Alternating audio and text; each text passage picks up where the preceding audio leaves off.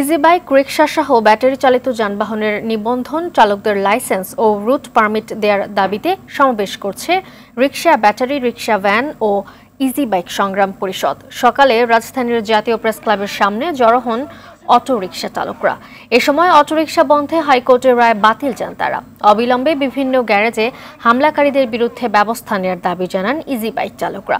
সমাবেশে সড়ক পরিবহন ও সেতু মন্ত্রণালয়ের উপদেষ্টা সহ জেলা প্রশাসকদের কাছে স্মারকলিপি দেওয়ার পরও ব্যবস্থা না নেওয়ায় ক্ষোভ প্রকাশ করেন রিকশা শ্রমিকরা।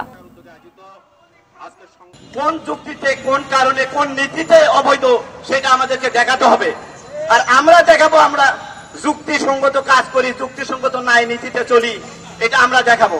চেয়েছিলাম যে এই সরকার আসার পরে তারা আমাদের দাবিগুলো মেনে নেবে, কিন্তু আমাদের আজকেও রাজপথে নামতে হয়।